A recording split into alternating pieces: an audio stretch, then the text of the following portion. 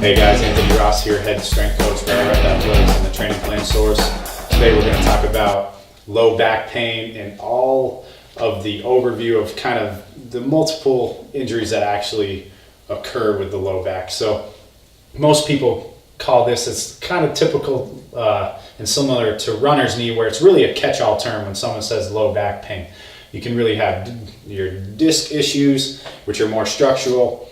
You can have your imbalance issues, which are caused more by your muscles being tight or weak in various injuries and issues. You can also have the common problem, which is sciatica, where you experience pain that comes all the way down through your leg, which can be caused by, again, disc issues or things that we can actually correct, like piriformis syndrome and type things like that. So first we'll get into some very overview anatomy. I don't want to confuse anybody on the tape here, as it can be pretty in depth with your low back. So this is going to be a posterior view.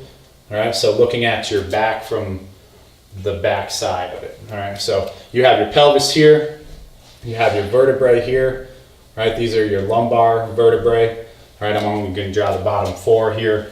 Typically with a disc issue, you have your nerves that come through these vertebrae, and they actually branch out underneath. All right, and they're going to find the structures they need to control in the lower leg. Now, when I have a disc problem, that disc might be pushing on that nerve, causing that signal to get disrupted, which typically will cause that pain that you feel in your back and shooting down your leg. All right, that's more structural. We want to definitely get that diagnosed by a physician.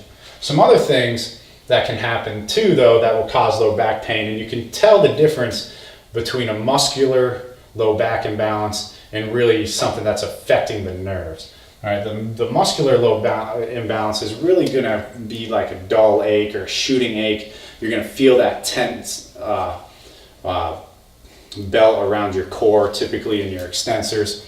All right, so I'm going to draw this one from the side, and this is a common problem with our people who are seated for their job for a long time.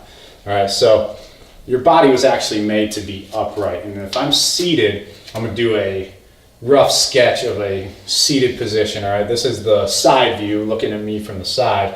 All right, pelvis is here, femur's here. All right, we'll say fibula and tibia are down here. All right, and you have your spine up here. The problem with a lot of people, all right, being here alone for a long period of time, you're actually causing these muscles in the front to be tight.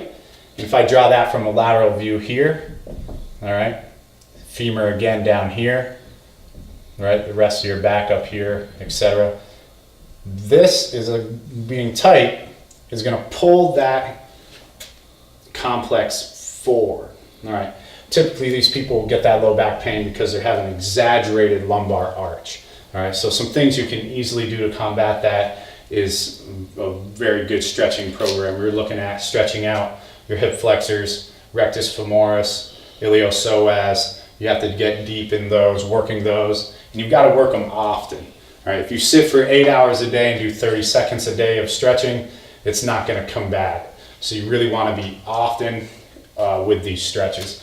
Some other things that can happen as well is because of this and this shortening here at the hamstring, because your hamstring is a biarticulate muscle that crosses two joints, with you having your knee flexed all day, actually can cause the hamstring to be over tight as well.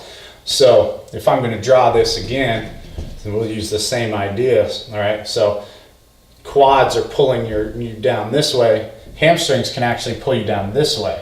All right, which will cause your back to flatten out. And what you want to do is stretch that complex as well.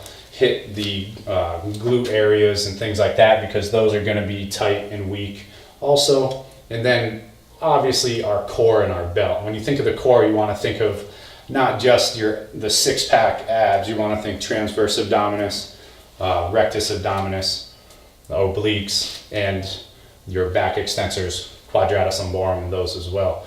To learn more about low back pain and how you can combat it, go to thetrainingplansource.com.